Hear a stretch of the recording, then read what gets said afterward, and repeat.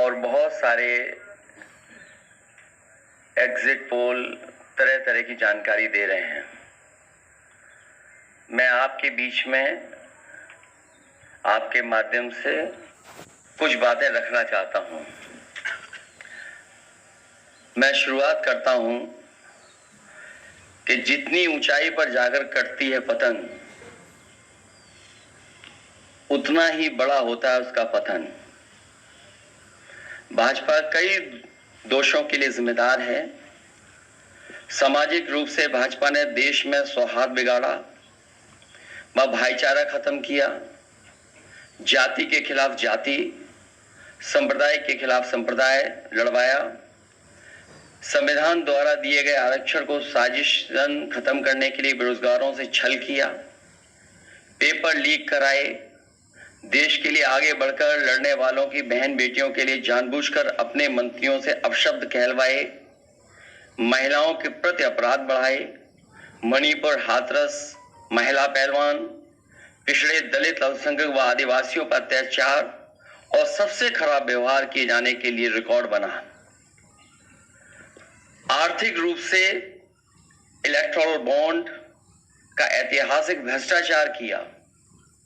Electoral bond के माध्यम से पैसा कमाने के लिए मुनाफाखोरी को बढ़ावा दिया, जिसने महंगाई को बढ़ाया। अपने फायदे के लिए भाजपा ने जनता पर बेताशा महंगाई थोप दी।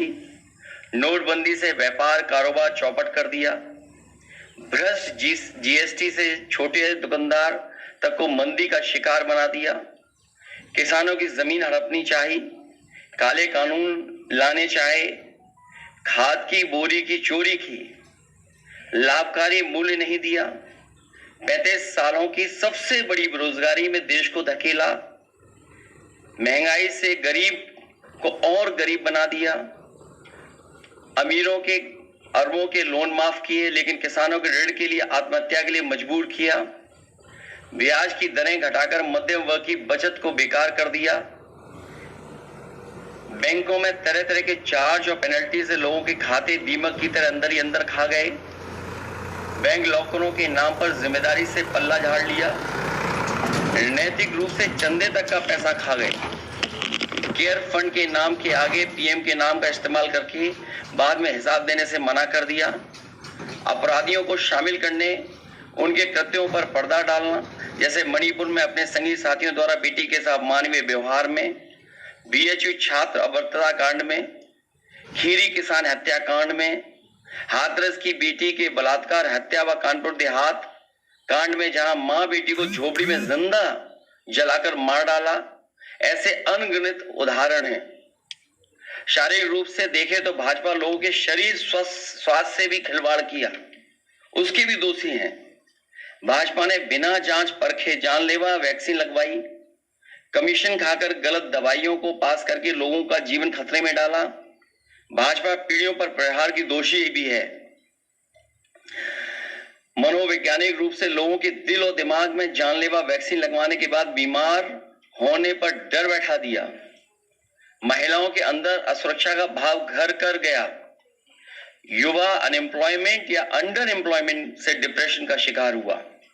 राजनीतिक रूप से चंडीगढ़ के मेयर चुनाव में कैमरे के सामने धांधली की, चुनी हुई सरकारें गिराई, खरीद फरोख्त का नकारात्मक सियासत को जायज ठहराया, पारिवारिक रूप से राजनीतिक फायदे के लिए परिवारों को लड़वा दिया, भाई के खिलाफ भाई को, मानसिक रूप से भाजपा ने अपने समर्थकों को हिंसक बनाया, मॉब लिंचिंग को मानसिक रूप से सही ठहराने की साजिश की, आपराधिक रूप से ऐसे लोगों को मंत्री पद दिया और बनाए भी रखा जिन्होंने किसानों की हत्या की, जो महिलाओं पर अत्याचार शोषण के दोषी हैं।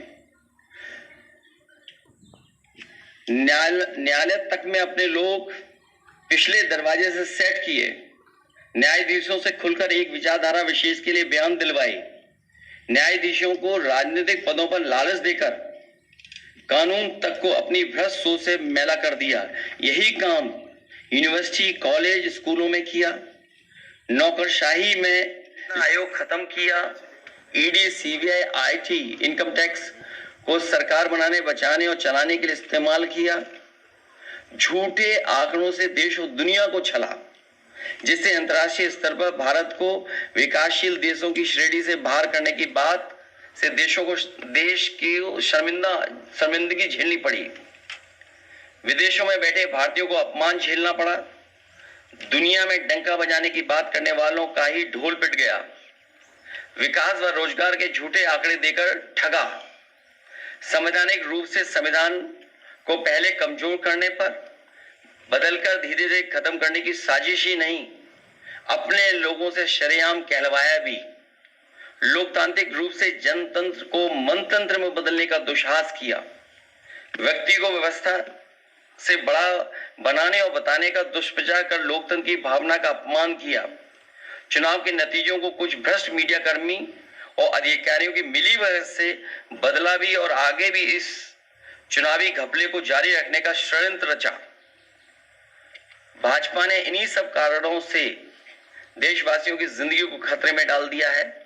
साथ ही भाजपा ने अग्निवीर जैसी अल्पकालिक भर्ती, जो देश की सुरक्षा व सीमाओं से समझौता करके देश को खतरे में डाल दिया है। भाजपा का झूठा राष्ट्रवाद, चीन की घुसपैठ से रजांगला मेमोरियल जैसे शहीदों के बलिदान का स्मारक तक नहीं बचा पाए। भाजपा की भ्रष्ट नीतियां बीते कल के लिए नहीं बल्कि भविष्य में भी देश की रक्षा के लिए असमर्थ व अक्षम है। इसलिए जनता इस बार गांधी जी को याद करते हुए करो या मरो की तरह आंदोलित हो गई है और अपने देश के भविष्य बचाने के लिए नया स्वतंत्रता आंदोलन लड़ने के लिए तैयार बैठी है। जनता स्वतंत्रता सेनानियों की तरह बलिदान करने के लिए तैयार है, क्योंकि भाजपा काल में उसका जीवन तो वैसे ही दूभर हो गया है। जनता की सकारात्मक सक्रियता से देश नकारात्मक ताकतों से आजाद होने जा रहा है। देश प्रेमी 140 करोड़ जनता की शक्ति के आगे भ्रष्ट और संकीर्ण सोच के चंद देश विरोधी लोग टिक नहीं सकते।